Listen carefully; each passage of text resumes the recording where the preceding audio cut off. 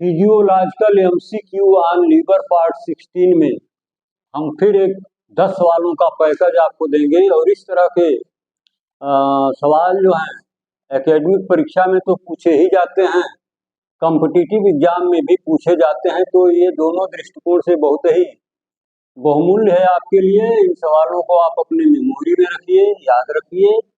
और इसमें पहला सवाल जो पूछा गया है वो है कि diabetes is the problem of liver.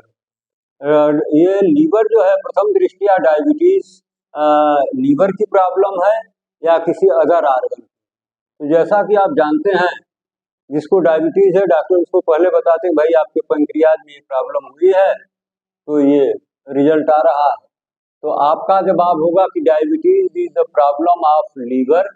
ये गलत है, मतलब आपका ऑप्शन सही जो है यस, ये फॉल्स है। दूसरा सवाल बताया गया, पूछा गया कि कूफर सेल्स आर मैक्रोफेजेस। ये लीवर के अंदर जो कूफर सेल्स पाई जाती हैं वो मैक्रोफेजेस होती हैं क्या? तो आपका जवाब होगा कि हाँ, यानी ये सवाल का जवाब होगा कूफर सेल्स आर मैक्रोफेजेस। अगला सवाल है polycystectomy is surgical removal of gall bladder. क्या गॉल ब्लैडर के सर्जिकल रिमूवल को हम एक टर्म देते हैं, वो टर्म है पॉलीसिस्टेक्टोमी। अगर आपके सामने पॉलीसिस्टेक्टोमी शब्द आ जाए तो ये इंडिकेट करता है कि इस व्यक्ति के अंदर जो गॉल ब्लैडर है वो सर्जरी करके बॉडी से बाहर कर दिया गया है, रिप्लेस कर दिया गया है।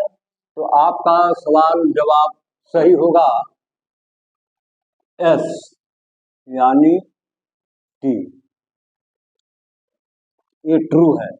अगला सवाल है polylithiasis is stone in gall bladder.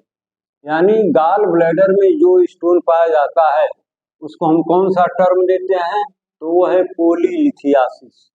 Poly का मतलब ही होता है गॉल ब्लैडर और लिथियासिस का मतलब होता है स्टोन। यानी गॉल ब्लैडर के स्टोन को हम नाम देते हैं पॉलीलिथियासिस। यानी आपका जवाब सही होगा टी। अगला सवाल है normal bilirubin range is 0.5 to 1.5 mg पर डियर। क्या ये रेंज सही है? तो आपका जवाब होगा यस, यानी ट्रू, टी।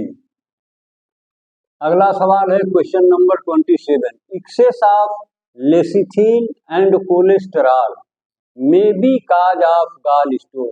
यानी गॉल ब्लैडर के अंदर कोलेस्ट्रॉल और लेसिथिन का अमाउंट बढ़ जाए, ये नॉर्मल रेंज से अधिक हो जाए, तो इनकी वजह से गॉल ब्लैडर के अंदर स्टोन बनने के चांसेस बढ़ जाते हैं। तो excess of lecithin and cholesterol may be cause of gall stone, ये जवाब होगा, ये स्टेटमेंट ट्रू है, सही। अगला सवाल पूछा गया कोलिडोकोलिथियासिस इज स्टोन इन सीबीडी। यानी कॉमन बाइल डक्ट में जो स्टोन पाया जाता है उसके लिए हम इतना लंबा नहीं, सिर्फ एक टर्म यूज करते हैं और वो होता है कोलिडोकोलिथियासिस। मतलब गॉल ब्लैडर में स्टोन प्रेजेंट है, तो इसका जवाब होगा टी। अगला सवाल बताया गया बैक्टीरिया में बी काज ऑफ हिपेटाइटिस।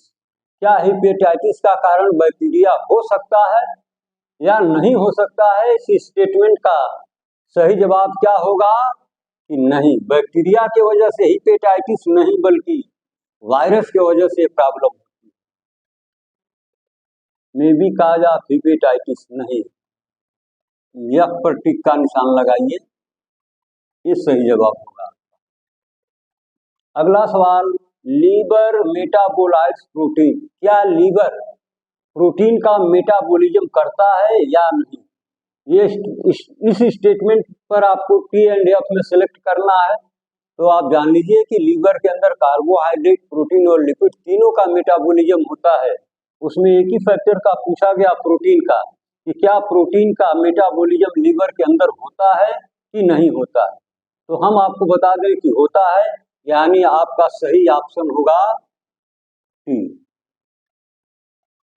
फिर क्वेश्चन नंबर 31 में पूछा गया कि liver is cirrhosis is liver disease, liver में क्या सिरोसिस नाम की बीमारी होती है या यह किसी अदर आर्गन में होती है। मैं आपको बताना चाहूंगा कि सिरोसिस जो है सिर्फ लीवर के अंदर पाई जाती है, बाकी किसी अदर आर्गन की ये प्रॉब्लम नहीं होता है। तो ये जवाब इसका सही होगा कि सिरोसिस इज लीवर डिजीज, हाँ यानी सही है, ये लीवर के अंदर ही होता है। तो आपका सही ऑप्शन होगा टी।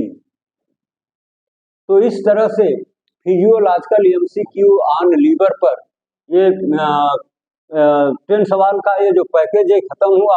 और इसी के साथ अब लीवर की टोटल एनाटॉमी, लीवर का एनाटॉमिकल एमसीक्यू, लीवर की टोटल फिजियोलॉजी और फिजियोलॉजिकल एमसीक्यू आपको सब कुछ बता दिया गया है इन डिटेल। अब इससे ज्यादा सवाल नहीं बनते हैं। अगर इतने सवालों का पैकेज आप अपने दिमाग में रखते हैं तो इंशाअल्लाह आप किसी भी एग्जामिनेशन को फाइट कर सकते हैं। अब इसके बाद मैं कोई अगला दूसरा एब्डोमेन का विषय बताऊंगा, उस पर चर्चा करूंगा आपसे। इसी के साथ ये लीवर का चैप्टर समाप्त।